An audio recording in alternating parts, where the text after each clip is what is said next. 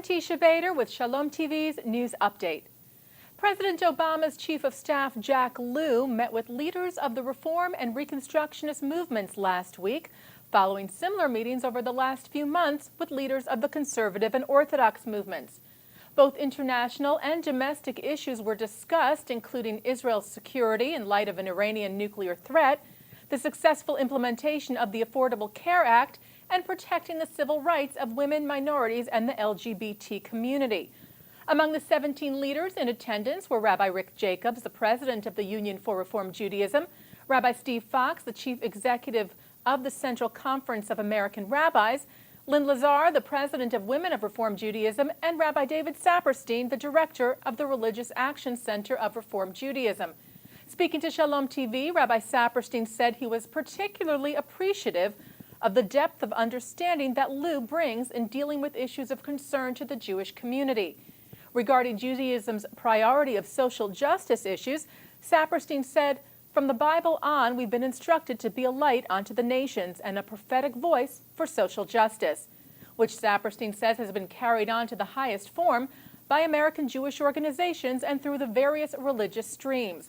Saperstein further added that it is truly one of the glories of the American system of government that enables this type of dialogue to take place. A top member of the Obama campaign stated that if the president is elected for a second term, it's expected that he will visit Israel.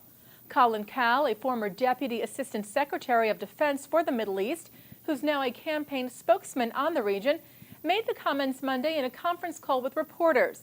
In response to criticism leveled at Obama for not visiting Israel in his first term, Kahl said being a friend of Israel shouldn't be judged by a travel itinerary. Reuters reports that presidential candidate Mitt Romney, about to visit the London Olympics and Israel, said for the first time that he supports an official minute of silence at Friday's opening ceremony for the Games to honor the 11 Israeli athletes killed at the 1972 Munich Olympics. The support was expressed through Romney's spokeswoman Andrea Saul in an email to Reuters on Monday.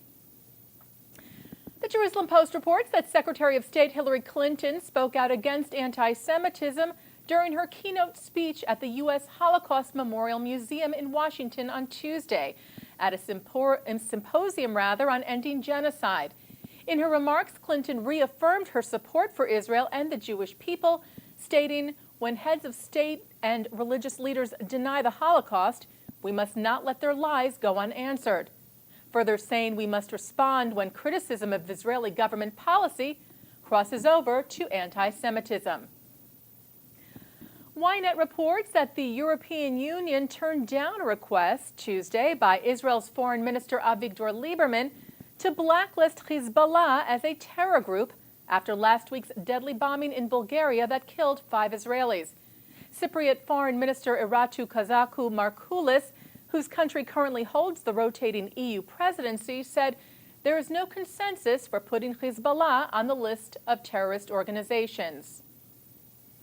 And speaking of Cyprus, authorities there have detained a man suspected of planning attacks against Israeli targets. A 24-year-old Swedish citizen of Lebanese origin was arrested earlier this month, accused of tracking the movement of Jewish tourists. A local court in Cyprus ordered the man to be held after noting similarities between his actions and those of the Bulgarian suicide bomber. The man's being held on suspicion of espionage and conspiring to commit a crime. Cypriot Justice Minister Lucas Luka said the case is under investigation. And finally, the Associated Press reports that business magnate Sheldon Adelson is firing back at recent allegations made by a former employee that Adelson personally approved of prostitution in his Macau, China casino. Adelson filed court documents in Las Vegas denying the allegations and accusing fired executive of Sands China Limited Steve Jacobs of a, quote, new low in what he termed an ongoing effort to tarnish Adelson's reputation. The document states that, quote, plaintiff's reckless and irrelevant allegation that Mr. Adelson endorsed a prostitution strategy is false. The documents also included a copy of a May 2009 email suggesting that Jacobs knew that Adelson doesn't tolerate prostitution at any Sands properties. And that's Shalom TV's News Update. I'm Teisha Bader.